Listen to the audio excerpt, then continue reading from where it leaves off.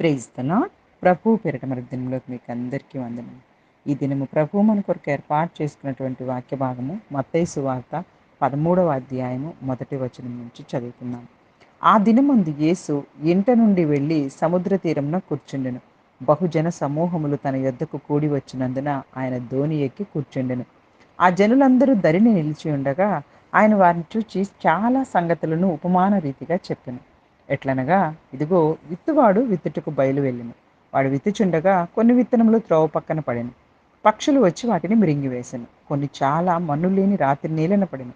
అక్కడ మన్ను లోతుగా ఉండనందున అవి వెంటనే మొలిచెను. కానీ సూర్యుడు ఉదయించినప్పుడు అవి కూడా వేరు లేనందున ఎండిపోయెను.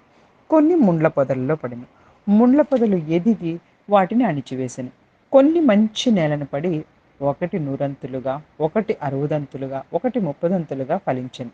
చెవులు కలవాడు వినుగాక అని చెప్పాను.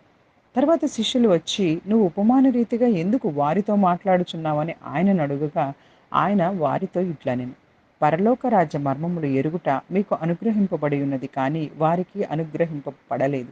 కలిగిన వానికే ఇయ్యబడును, వానికి సమృద్ధి కలుగును. లేని వానికి కలిగినదియు వారి యొద్ద నుండి తీసివేయబడును. మరియు వారు చూచుచుండియు చూడరు, వినుచుండియు వినకయు గ్రహింపకయు ఉన్నారు. ఇందు నిమిత్తము నేను ఉపమాన రీతిగా వారికి బోధించుచున్నాను.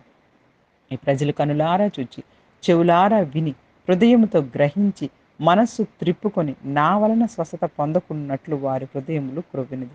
వారి చెవులు వినుటకు మందములైనవి.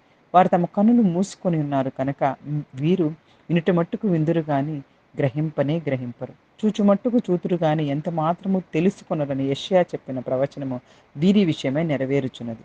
అయితే మీ కన్నులు చూచుచున్నవి గనక అవి ధన్యములైనవి, మీ చెవులు వినుచున్నవి గనక అవి ధన్యములైనవి. అనేక ప్రవక్తలను నీతిమంతులను మీరు చూచు వాటిని చూడగోరియు చూడకపోయిరి, మీరు విని వాటిని వినగోరియు వినకపోయిరని మీతో నిశ్చయముగా చెప్పుచున్నాను. హల్లెలూయా, హల్లెలూయా. పరిశుద్ధ దేవుడు ఈరోజు ఈ వాక్య భాగం ద్వారా మనతో మాట్లాడడానికి ఇష్టపడుతూ ఉన్నారు. మనందరికీ తెలుసు, యేసుక్రీస్తు ప్రభువారు అక్కడ ఉన్నటువంటి జన సమూహం అందరి దగ్గర అందరితోటి కలిసి కూర్చొని ఉన్నప్పుడు ధోని ఎక్కి కూర్చొని విత్తువాని ఉపమానం గురించి తెలియపరిచారు. అంటే కొన్ని విత్తనాలు విత్తినప్పుడు కొన్ని త్రోవ పక్కన పడ్డాయని, అట్లా త్రోవ పక్కన పడినటువంటి విత్తనాలను పక్షులు వచ్చి తినేసాయి, మింగివేసాయి. కొన్నేమో మన్ను లేని రాతి నేల మీద పడ్డాయి. అక్కడేమో అసలకి మన్ను అంటే మట్టి లేకపోవడం వలన మొలిచాయి. కానీ సూర్యుడు ఉదయించగానే అక్కడ అవి మాడి వేరు లేనందున ఎండిపోయాయి. కానీ ముండ్ల పొదల్లో పడ్డాయి. ముండ్ల పొదలు ఏమేం చేసేసాయి, ఎదిగి వాటిని అణిచివేసేసాయి. అయితే కొన్ని మంచి నేలను పడి నూరంతలుగా, ముప్పదంతులుగా, అరవదంతులుగా ఫలించాయి అనే విషయాన్ని తెలియపరిచినప్పుడు వెంటనే ఇక్కడ శిష్యులు వచ్చి ఏమడుగుతూ ఉన్నారంటే, నువ్వెందుకు నా దేవా ఉపమాన రీతిగా వారితో మాట్లాడుతున్నావు అని అడిగినప్పుడు ప్రభువారు చెప్పినటువంటి ఒక గొప్ప విషయమే ఈ దినం పరిశుద్ధాత్మ దేవుడు మనతో మాట్లాడుతున్నారు. పరలోక రాజ్య మర్మములు ఎరుగుట మీకు అనుగ్రహింపబడి ఉన్నది, కానీ వారికి అనుగ్రహింపబడలేదు. కలిగిన వానికే ఇయ్యబడును, వానికి సమృద్ధి కలుగును. లేని వానికి కలిగినదియు వాని యొద్ద నుండి తీసివేయబడును. మరియు వారు చూచుచుండియు చూడరు, వినుచుండియు వినక గ్రహింపక ఉన్నారు. ఇందు నిమిత్తం నేను ఉపమాన రీతిగా వారికి బోధించాను. ఎందు నిమిత్తం నేను ఉపమాన రీతిగా బోధించాను అంటే, పరలోక రాజ్య మర్మములు ఎరుగుట ఎవరికి అనుగ్రహింపబడి ఉన్నదంటే అక్కడ మీకు అనుగ్రహింపబడి ఉన్నది అని తెలియపరుస్తూ ఉన్నారు. ఆ మీకు ఎందుకు అనుగ్రహింపబడింది అనేదే ఈరోజు పరిశుద్ధాత్మ దేవుడు మనకు తెలియపరుస్తున్నారు. ఎందుకు మనకి అనుగ్రహింపబడింది అంటే, అక్కడ చూసారా, చాలామంది జనసమూహం ఉన్నారు అనే విషయం అక్కడ స్పష్టంగా తెలియపరచబడి ఉన్నది. ఆ చాలామంది జనసమూహానికి దేవుడు ఈ ఉపమానాన్ని తెలియపరిచారు. కొన్ని విత్తనాలు ఇలా రాతి నేల మీద పడ్డాయి, కొన్ని విత్తనాలు ముండ్ల పొదల్లో పడ్డాయి, కొన్ని విత్తనాలు త్రోవ పక్కన పడ్డాయి, కొన్ని మంచి నేల మీద పడ్డాయి అని చెప్పేశారు. వెంటనే అక్కడ కూర్చున్న వారందరూ అది వినేశారు. నెమ్మదిగా లేచి వెళ్ళిపోయారనమాట.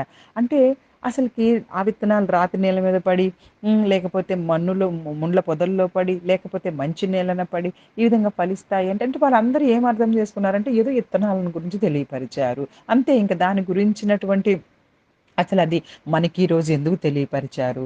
ఒకవేళ మన జీవితాలకి ఏ విధమైనటువంటి ఉపయోగం ఉన్నదని ఆశ అయితే అక్కడ ఎవ్వరు కనపరచకుండా వెళ్ళిపోయారు. ఎవరైతే ఆసక్తి కనపరిచి అంటే శిష్యులు మరలా వచ్చి ఉపమానం యొక్క భావాన్ని తెలియపరచమని అడుగుతూ ఉన్నారో, వారితో దేవుడు తెలియపరుస్తున్నారు. హల్లెలూయా! ఆ వారితో ఏమంటున్నారంటే, మీకు అనుగ్రహింపబడింది. మీకు అంటే మనకి కూడా ఎవరమైతే దేవుని యొక్క మాటలు, దేవుని యొక్క వాక్యము పట్ల ఆసక్తిని కనపరుస్తామో, దేవుని పట్ల ఆసక్తిని కనపరుస్తామో వారికే ఇవన్నీ అనుగ్రహింపబడతాయి. కలిగిన వానికే ఇయ్యబడును. వానికి సమృద్ధి కలుగును. అంటే కలిగిన వానికి అంటే చాలాగా ఈ యొక్క దినాలలో వాక్యాన్ని సరిగ్గా సత్యవాక్యాన్ని సరిగ్గా బోధించినటువంటి వారైతే ఏం తెలియపరుస్తుంటారు? దీనిని అపార్థంగా బోధిస్తూ ఉంటారు. కలిగిన వానికి ఇయ్యబడును. అంటే ఏం కలిగిన వానికి ఇంకా ఇంకా ఇవ్వబడతా ఉంటాయి అన్నట్టుగా చెప్తుంటారు. అంటే ఈ లోకంలో ఉన్న ధనము లేకపోతే ఐశ్వర్యాలు కలిగిన వానికే ఇంకా ఇంకా ఇస్తారు. లేని వాని దగ్గర నుంచి కూడా తీసేసి మరి కలిగిన వారికి ఇస్తారు అన్నట్టుగా కొంతమంది తెలియక వాక్యాన్ని తప్పుగా బోధిస్తుంటారు. కానీ ఇక్కడ పరిశుద్ధాత్మ దేవుడు ఇక్కడ మనకు తెలియపరుస్తుందంటే ఆసక్తి, దేవుని పట్ల ఆసక్తి, దేవుని వాక్యం పట్ల భయము, భక్తి ఇవి కలిగి ఉన్న వానికి ఇంకా సమృద్ధిగా ఇస్తాడు దేవుడు. ఏం సమృద్ధిగా ఇస్తాడంటే దేవుని యొక్క వాక్య విషయాలను అర్థం చేసుకునే జ్ఞానాన్ని సమృద్ధిగా అనుగ్రహిస్తారు.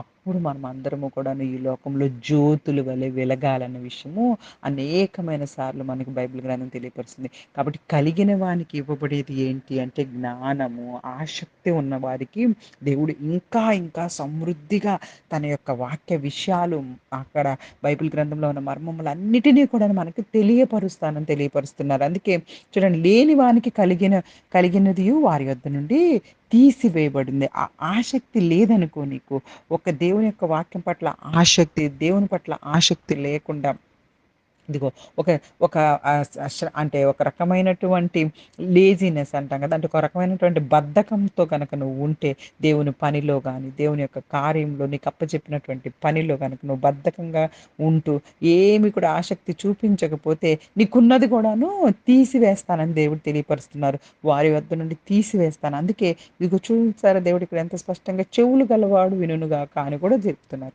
ఎందుకు చెవులు గలవాడు వినును? మనుషులన్న తర్వాత ప్రతి ఒక్కళ్ళకి చెవులు ఉంటాయన్న విషయం మనం చూసాం కదా!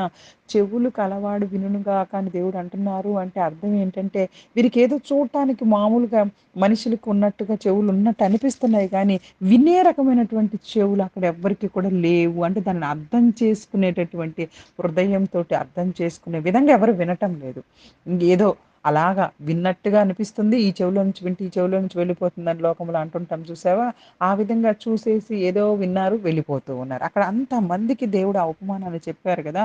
ఆ ఉపమాన భావం ఏంటో ఎవరు తెలుసుకోకుండానే వెళ్ళిపోతూ ఉన్నారు. అసలేంటి రాతి నేల మీద పడిన వాటి గురించి ఏంటి అసలు త్రోవ పక్కన పడింది, పక్షులొచ్చి మింగేసినియి అంటే, పక్షులొచ్చి మింగేసాయిగా అలా అనుకోని వెళ్ళిపోతున్నారు వాళ్ళు కామ్‌గా.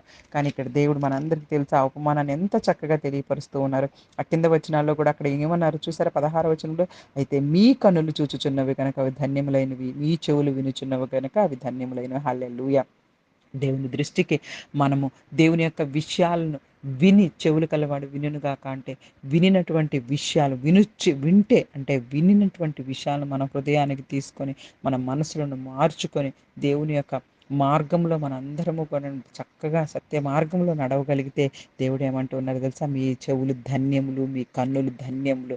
ఎంత గొప్ప విషయాలను రక్షకుడైనటువంటి దేవుడు ఈ లోకంలోకి వచ్చి ఎదురుగా మాట్లాడుతూ ఉంటే అనేక మంది మామూలుగా వెళ్ళిపోయారు.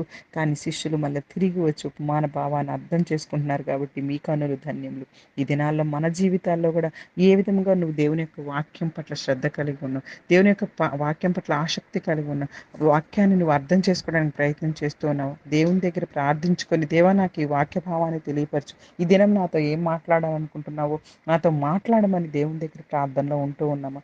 ఒక్కసారి మనము పరిశీలించుకోవాలి. ఇంకా అక్కడ ఏమంటున్నారో తెలుసా?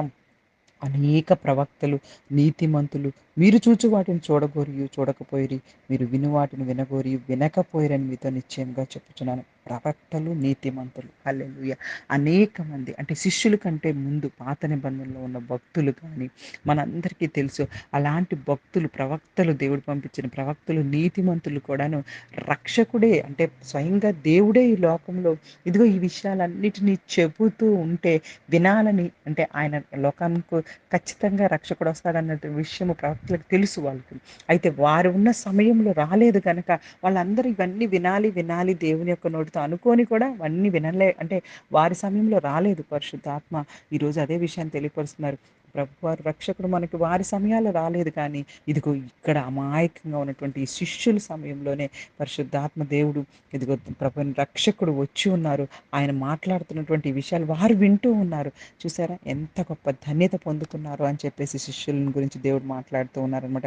మనందరికీ తెలిసి ఇక ఉపమాన భావాన్ని గురించి అక్కడ తెలియపరిచారు. మనందరికీ తెలుసు కదా! రాజ్యమును గురించే పరలోక రాజ్యమే వాక్యం అంటే, విత్తనం అంటే ఆ యొక్క త్రోవ పక్కన విత్తబడిన వారేంటి అంటే ఇదిగో వృ వారు వారి హృదయంలో విత్తబడిన దాన్ని ఆ పక్షులు వచ్చి ఎత్తుకుపోవడం అంటే మనందరికి తెలుసు. దుష్టుడొచ్చేసి హృదయంలో విత్తబడిన దాన్ని ఎత్తుకుపోతున్నాడు. త్రోవ పక్కన విత్తనబడిన వారు వీళ్ళే అనమాట. రాతి నేలను విత్తనబడిన వాడు వాక్యం వింటారు. అబ్బా! ఎంత బాగా చెప్పారు అనుకుంటారు. అంగీకరిస్తాడు. అయితే అందులో వేరు లేకపోవడం అంటే ఏంటంటే వాక్యాల నిమిత్తము దేవుని పట్ల శ్రద్ధగా వెళ్తూ ఉన్నప్పుడు శ్రమలు గాని, హింసలు గాని ఏమైనా వచ్చినాయనుకోండి వెంటనే అభ్యంతర పడిపోయి అమ్మో! ఇలాంటి శ్రమలున్నాయి అని చెప్పేసేసి వెంటనే మరల వెనక్కి వెళ్ళిపోయేవాళ్ళే రాతి నేలన పడి. అలా ముండ్ల పొదల్లో విత్తనాలు ఎవరు అంటే మనందరికీ తెలుసు. వాక్యం వింటారు. కానీ ఆ వాక్యము విని సంతోషించే సమయం వాళ్ళకుండదనమాట. ఆ వింటున్నప్పుడు నుంచి కూడాను వాళ్ళకి వాళ్ళ కష్టాలు, వాళ్ళ బాధలు, వాళ్ళ యొక్క దుఃఖాలు ఇవే వాళ్ళ జ్ఞాపకం వచ్చేసేసి వాక్యాన్ని అణిచివేస్తాయి. అవన్నీ కూడా నిష్ఫలమైపోతున్నాయి. అయితే మంచి నేలను పడిన విత్తనం వాక్యం వింటారు, గ్రహిస్తారు, సఫలులవుతారు. వాక్యానుసారంగా జీవిస్తారు. దేవునికి ఇష్టలుగా బ్రతుకుతారు. అలాంటి వారు నూరంతలుగా, అరవదంతలుగా, ముప్పదంతలుగా ఫలిస్తారన్న విషయాన్ని మనం గ్రహించి, ఇదిగో దేవుడు మనకి ఈ వాక్య భాగం ద్వారా మనల్ని కూడా ఈ విధంగా ఫలించాలని కోరుకుంటున్నారు గనుక, ఆ విధమైన ఫలవంతమైన జీవితంలో మనందరం ఉండాలని కోరుకుంటూ, ఈ చిన్ని వాక్యాన్ని దేవుడు ఆశీర్వదించి దీవించును గాక. Amen. Amen. God bless you all. God bless you all.